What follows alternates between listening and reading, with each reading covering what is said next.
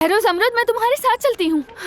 जाना चाहती हो तो जाओ, बाद में तुम्हारे बाप और भाई तुमसे अच्छी तरह खबर लेंगे, समझी तुम? अम्मी क्या कर लेंगे वो लोग? मैं तुम्हारी जबान काट दूंगी। चलो, मैं अम्मी, तुम्हारे नहीं टुकड़े करे, टुकड़े कर दूंगी। चलो अंदर। अम्मी ऐसा ना करें। मैं नहीं चाहती तुम उस लड़की से दोबारा मिलो, अम्मी समझी? मुझे छोड़ दे, मैं जमरुद के साथ जाऊंगी। बकवास बंद करो, तुम्हें जान से मार दूंगी मैं। अम्मी मुझे मुझसे मत मारे, बहस करती ऐसा है, ना मर करें। जाएगी मेरे हाथ से। नजला खाला से मत करे।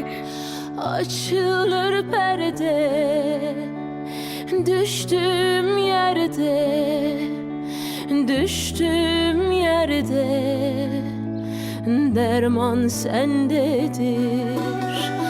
Düştüğüm yerde, düştüğüm yerde, derman sendedir.